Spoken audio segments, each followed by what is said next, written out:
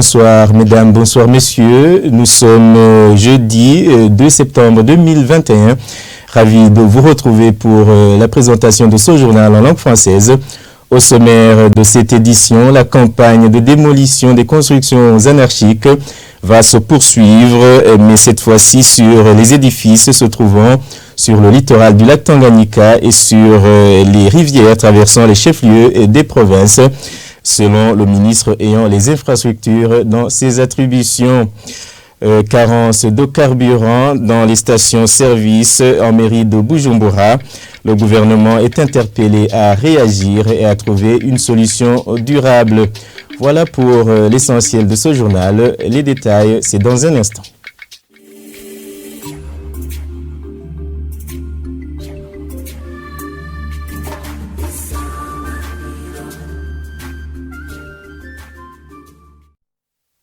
Les constructions anarchiques érigées sur le littoral du lac Tanganyika et sur les rivières traversant les chefs-lieux des provinces vont bientôt être démolies. C'est l'annonce de Deogracias Nsangani-Umwami, ministre ayant les infrastructures dans ses attributions, ce mercredi lors des questions orales à l'Assemblée nationale.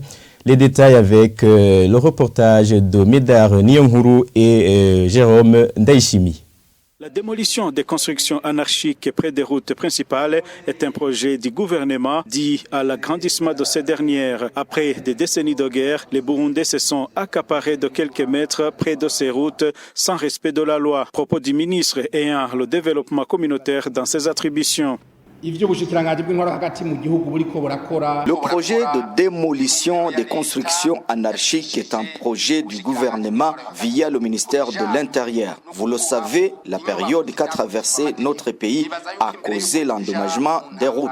Vu que le gouvernement burundais est en train de rétablir la population dans l'air droit, le gouvernement a droit d'être rétabli à son tour. Honorables députés, le gouvernement a indemnisé la population qui ont construit près des routes principales. L'honorable Catherine Gwassa a demandé si la loi a été respectée en ce qui concerne les constructions autour du lac Tanganyika et près des rivières traversant les chefs-lieux des provinces. On observe des constructions autour des lacs et rivières. Est-ce que le code de l'eau a été respecté? À ces propos, le ministre ayant les infrastructures dans ses attributions a signalé que la loi sera studieuse. Deogracias Nsangani-Umwami a dit qu'il n'y a pas d'autre choix que de démolir toutes ces constructions. Ceux qui ont construit en dehors de la loi seront déplacés car la loi est claire. La loi stipule qu'il faut laisser au moins 150 mètres au bord du lac Tanganyika, 50 mètres près des lacs du Nord et 25 mètres sur les rivières et ravins traversant les centres urbains. Mais malheureusement, les gens ont fait sourd d'oreille alors qu'il n'y a pas d'autre choix que de démolir toutes ces constructions anarchiques. La campagne de démolition des constructions anarchiques près des routes principales a pris fin avec le mois d'août. La plupart des stations-service en mairie de Bujumbura ne distribuent pas de carburant depuis environ une semaine sur 6 stations-service. 6 stations-service sur 10 visitées par nos confrères l'avant-midi de ce jeudi. Ces stations avaient ce problème. Les pompistes disent que c'est une perte pour le business et pour eux-mêmes et demandent l'intervention de l'État. Suivez Jérôme Hakizimana et Jean-Paul Abonimane.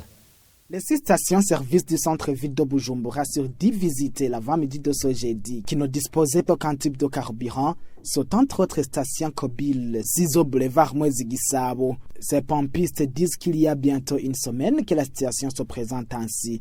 Les stations Katikati, station Interpétrole, située en face de l'ancien immeuble de la DPI mairie, station Kobil, Zizo quartier asiatique derrière la CRDB Bank et la station Interpétrole, située au boulevard de l'Iprona en face de l'ancien bâtiment des Connect Léo. Aucun type de carburant n'y est trouvable depuis ce mercredi, du moins selon leurs pompistes. Toutefois, les 4 sur 10 stations-service visitées servaient des carburants. C'est notamment la station Stakas du quartier asiatique et la station Novotel qui avaient toutes le carburant de type essence. Seules les deux stations, de station Le Redi Golf et la station d'État, servaient toutes les deux types de carburant. Les pompistes à ces stations qui n'en servaient pas déplorent une perte non seulement à leur patron, mais également à eux-mêmes. Ils demandent à cette fait que l'État apporte une solution durable à cette pénurie répétitive du carburant. Néanmoins, ils s'observaient de longues files d'attente sur ces stations-service qui disposaient du carburant.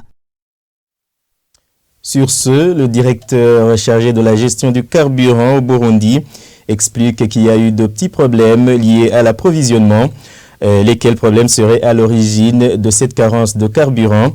Daniel Mitawakana tranquillise en outre que ces petits problèmes vont trouver solution. Page environnement à présent, les enfants pourraient jouer un grand rôle dans la protection de l'environnement. C'est ce qu'a dit ce jeudi le représentant légal de l'association Social Action Development lors de la remise du kit scolaire aux enfants victimes des inondations de Gatumba. Bienvenue Mouniere Magogwa appelle les parents à initier leurs enfants à la plantation des arbres car ceci contribue davantage dans la lutte contre le changement climatique. Suivez-le. Il s'agit d'une activité de clôture, des activités d'encadrement des enfants pendant les vacances d'été qui avait aussi un double objectif. D'abord, l'activité était intitulée Journée verte pour la protection de l'enfant et le premier objectif était de pouvoir assurer la réintégration scolaire des enfants déplacés des inondations, mais aussi des enfants vulnérables, mais à travers l'octroi des kits scolaires. Le deuxième objectif, c'était en rapport avec la lutte contre les effets du changement climatique qui ont en effet un impact négatif sur la protection de l'enfance. 100 enfants ont pu bénéficier des kits scolaires. Le reste d'enfants, parce qu'on a identifié 11 000 enfants qui doivent bénéficier des kits scolaires, surtout des enfants qui ont été victimes des inondations et qui ont perdu leur kit scolaire, mais aussi d'autres enfants vulnérables dans des quartiers. Le rôle de l'enfant dans la protection de l'environnement, d'abord, c'est l'éducation. Tout commence par l'éducation. Une fois que l'enfant est éduqué, il doit comprendre qu'il ne doit pas jeter un sachet ou en plastique dans la nature, ou bien il ne doit pas aussi couper l'arbre. Et cela commence par l'éducation. Une fois il est déjà sensibilisé, il est déjà éduqué sur cette thématique, il aura contribué pour la protection de l'environnement. Le rôle des parents ou des éducateurs, c'est de pouvoir aussi inculquer, je vais dire, ces bonnes habitudes aux enfants, de pouvoir éduquer aux enfants que l'arbre a une importance très capitale, que l'arbre ne doit pas être coupé, qu'on ne doit pas jeter des sachets plutôt, des plastiques n'importe où. Et les parents aussi doivent aussi inciter les enfants dans certains travaux, par exemple, pour arroser. Ça, ce n'est pas un travail vraiment qui demande beaucoup d'efforts. Pour arroser au moins les arbres, les pépinières, et pouvoir aussi planter, par exemple, des arbres au niveau des écoles, mais aussi autour des parcelles dans la mesure du possible. Moins de 25% est le taux de représentativité des femmes dans tous les domaines. Un taux très bas selon l'analyse des rapports fournis au niveau mondial.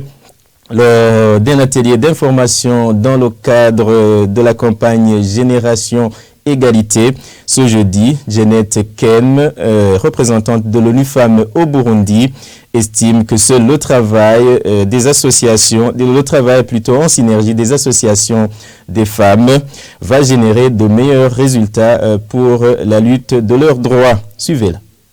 Au niveau de Burundi, on dit femmes leaders, soyons solidaires. Donc la solidarité d'abord, c'est-à-dire il faut que les femmes travaillent ensemble. Deuxièmement, avoir une seule voix. Et troisièmement, faire un plaidoyer à tous les niveaux, surtout au niveau de plus haut, pour que la question des femmes soit intégrée, ou bien la contribution des femmes. Parce que cette fois, c'est comme on a dit, ce n'est plus les recommandations. C'est que les femmes démontrent qu'elles sont capables, dans les cadres déjà définis au niveau du pays. Il y a tout un programme pour la capitalisation de la paix, pour la relance socio-économique. Que les femmes démontrent que voici les 6 priorités de ce programme. Nous sommes prêts à contribuer sur tel ou tel domaine. Donc, ensemble, si les femmes s'élèvent, elles peuvent faire attendre leur voix et elles peuvent démontrer leur contribution concrètement pour le développement du pays. Eh bien, ainsi prend fin cette édition. Merci de nous avoir suivis. Excellente soirée chez vous. Au revoir.